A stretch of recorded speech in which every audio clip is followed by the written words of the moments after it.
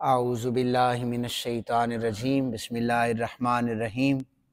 قال اللہ تعالی فی الکلام المجید والفرقان الحمید وَإِنَّ مِنْهُمْ لَفَرِيقًا يَلْوُونَ أَلْسِنَتَهُمْ بِالْكِتَابِ لِتَحْسَبُوهُ مِنَ الْكِتَابِ وَمَا هُوَ مِنَ الْكِتَابِ وَيَقُولُونَ هُوَ مِنْ عِنْدِ اللَّهِ وَمَا هُوَ مِنْ عِنْدِ اللَّهِ وَيَقُولُونَ عَلَى اللَّهِ الْكَذِبَ وَهُمْ يَعْلَمُونَ مَا كَانَ لِبَشَرٍ أَنْ يُؤْتِيَهُ اللَّهُ الْكِتَابَ وَالْحُكْمَ وَالنُّبُوَّةَ ثُمَّ يَقُولَ لِلنَّاسِ كُونُوا عِبَادًا لِّي مِن دُونِ اللَّهِ وَلَكِنْ كُونُوا رَبَّانِيِّينَ بِمَا كُنتُمْ تعلمون الكتاب وبما كنتم تدرسون ولا يأمركم أن تتخذوا الملائكة والنبيين أربابا أيأمركم بالكفر بعد إذ أنتم مسلمون صدق اللہ مولانا العظیم صلو علی الحبیب اللہم صلی علی سیدنا و مولانا محمد مبارک وسلم وصلی علیہ۔ ترجمہ سماعت فرمائیے۔ رب ذوالجلال ارشاد فرما رہے ہیں کہ بے شک ان میں سے ایک گروہ کتاب پڑھتے وقت اپنی زبانوں کو مروڑ لیتا تھا تاکہ تم یہ گمان کرو کہ یہ کتاب کا حصہ ہے، حالانکہ وہ کتاب کا حصہ نہیں ہوتا، اور وہ کہتے ہیں کہ وہ اللہ کی طرف سے منزل ہے، وہاں سے نازل ہوا ہے، حالانکہ وہ اللہ کی طرف سے منزل نہیں ہے، اور وہ دانستہ اللہ پر جھوٹ بولتے ہیں۔ کسی بشر کے لیے یہ ممکن نہیں ہے کہ وہ اللہ اس کو کتاب، حکم اور نبوت اسے عطا کرے، پھر وہ لوگوں سے یہ کہے کہ تم اللہ کے بجائے میرے بندے بن جاؤ، لیکن وہ یہی کہے گا تم اللہ والے بن جاؤ، کیونکہ تم کتاب کی تعلیم دیتے ہو، تم پڑھتے پڑھاتے ہو، اور نہ وہ تمہیں یہ حکم دے گا کہ تم فرشتوں اور نبیوں کو رب بنا لو۔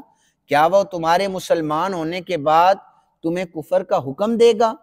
یہ ان آیات کا ترجمہ ہے۔ یہود و نصارہ کے حوالے سے یہ آیات جاری ہیں۔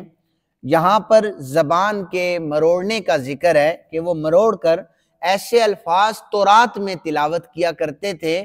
جن کے معنی میں، جن کے اعراب میں یہ تحریفات کیا کرتے تھے۔ وہ اس لیے کرتے تھے تاکہ سننے والوں کو یہ سمجھ آئے کہ وہ یہ چیز تورات میں لکھی ہے، تورات میں ایسا لکھا ہے، تو وہ مان جاتے۔ اور آپ کو یہ بتاؤں کہ ان کے علماء پر ان کا عقیدہ تھا، جو زیادہ زہد اور تقوی والا عالم ہوتا تھا یہ کہتے تھے یہ اللہ کا بیٹا ہے، یہ شرک کیا کرتے تھے، کفر کیا کرتے تھے۔ تو ان کے علماء پھر ڈنڈی کہاں پر ہی مارتے تھے کہ آیات جو تورات کی تھی ان میں لفظوں کا ہیر پھیر وہ ڈال دیتے۔ ان کہتے یہ تو قرآن میں لکھا ہے، اس کی مثالیں میں دیتا ہوں۔ اللہ تعالیٰ نے انہیں اس حوالے سے قرآن پاک میں مخاطب یہ کیا ہے کہ یہ اپنی طرف سے کلام گھڑ کے لوگوں کو بتاتے تھے، اور یہ کتاب اللہ میں بعض اوقات زیادتی کیا کرتے تھے معنی کے تغیر و تبدل سے۔ اس حوالے سے امام رازی رحمۃ اللہ تعالی نے لکھا ہے وہ کسی لفظ کو پڑھتے وقت اس کی حرکات اور اعراب کو تبدیل کر دینا یہ ان کا شیوا تھا، تبدیل کرتے۔ اعراب جب تبدیل ہوتا تو معنی بدل جایا کرتا تھا۔ اس میں عربی زبان کی بھی مثالیں، عبرانی زبان کی بھی مثالیں موجود ہیں۔ امام رازی کا ایک قول اس کے حوالے سے ان آیات پر یہ بھی ہے کہ وہ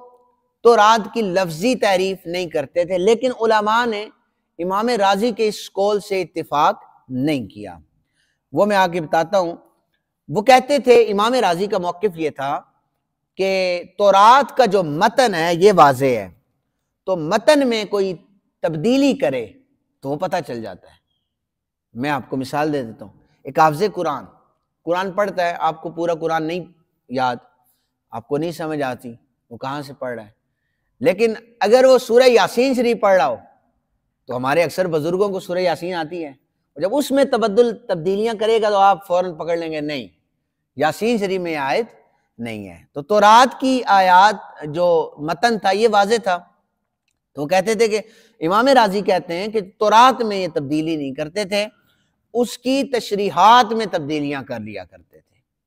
جبکہ علماء نے یہ بات بیان کی ہے کہ جو صحیح بات ہے، جو صحیح قول ہے وہ یہ ہے کہ تورات میں یہ لفظی تبدیلیاں بھی کیا کرتے تھے، اور وہ لفظی تبدیلیاں کن جگہوں پر کرتے تھے؟ جہاں پر نبی اکرم صلی اللہ علیہ وآلہ وسلم کی صفات موجود ہوتی تھی یا ان پر کوئی الزام لگانا ہوتا تھا، وہاں پر وہ تحریفات کرتے تھے۔ جو پچھلے عرصے میں قادیانیوں کے حوالے سے موجود ہے، انہوں نے تفسیر صغیر، ان کی تفسیر کا نام ہے تفسیر صغیر، یہ تقسیم کی ہے۔ اب اس میں انہوں نے لفظی تحریفات نہیں کی، انہوں نے اپنی من پسند کی تشریحات کی ہوئی ہیں۔ یہ کوئی آسان کام نہیں ہے آپ کے سامنے قادیانیوں کے حوالے سے بیان کرنا۔ جو ہمارا پچھلا ایک کلپ چڑھا ہے تو ناروے سے ایک قادیانی کا میسج آیا مجھے، وہ کہتا ہے کہ آپ ہمیں اللہ سے دور کرنا چاہتے ہیں، ہم تو رسول اللہ کی رسالت پر ایمان لائے ہوئے ہیں۔ وہ میں میسج آپ کو دکھا بھی سکتا ہوں، تو وہ دمکی امیز لہجے میں انہوں نے بتایا ہے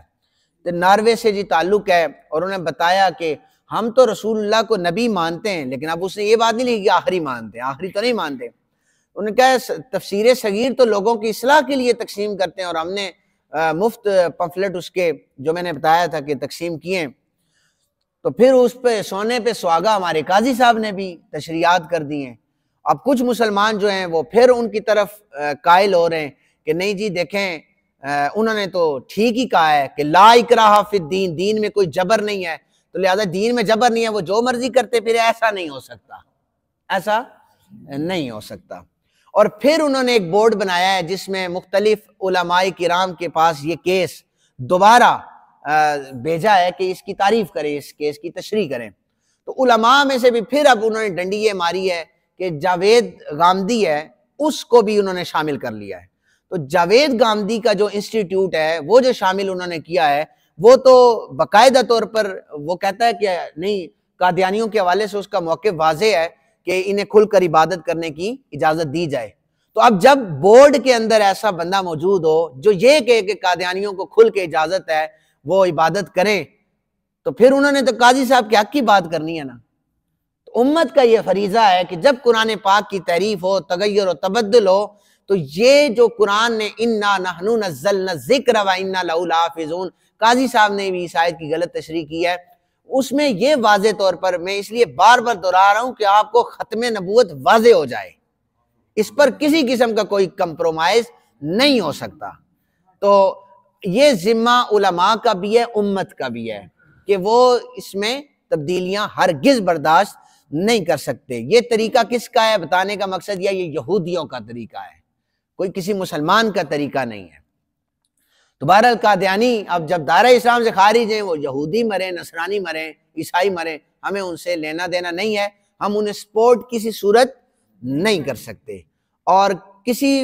بھی صورت ہم یہ نہیں کہہ سکتے ان کے لیے کوئی نرم گوشہ رکھا جائے، ان کے لیے ہمارے پاس کسی قسم کی کوئی کنسیشن نہیں ہے۔ یہ آپ عقیدہ واضح کر لیں، میرا بھی یہی عقیدہ ہے، آپ کا بھی یہ عقیدہ ہونا چاہیے، بلکہ ہر سچے مسلمان کا جس نے لا الہ الا اللہ محمد رسول اللہ پڑھا ہے ان کا یہی عقیدہ ہے۔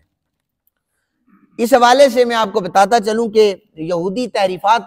امام راضی نے کہا ہے کہ وہ تشریعات میں تحریفات کرتے، علماء نے لکھا ہے کہ نہیں، وہ لفظی تبدیلیاں کرتے۔ ایک آیت ہے لا تقتلوا النفس الا بالحق، کہ کسی شخص کو ناحق قتل نہ کرو، یہ واضح ہے۔ وہ الا بالحق کے بجائے الا بالحد کہتے تھے، الا بالحد، وہ معنی چینج یہ کرتے تھے کسی شخص کو حد کے سوا قتل نہ کرو، تو پورا معنی بھی چینج ہوا، تفسیر بھی انہوں نے چینج کر دی، تشریح بھی، اور انہوں نے لفظی معنی حق کی جگہ حد لگا دیا۔ تو ایسی ایک اور بھی آیت مبارکہ ہے، فرمایا کہ جس نے زنا کیا اس کو رجم کرو، تو انہوں نے فرجمو کے لفظ کو رجم کے الفاظ کو تبدیل کرنے کے بعد وہاں پر لکھا کہ نہیں، جس نے زنا کیا اس کا منہ کالا کرو۔ تو یہ واضح طور پر تحریفات تھی جو انہوں نے لفظی طور پر کی تھی۔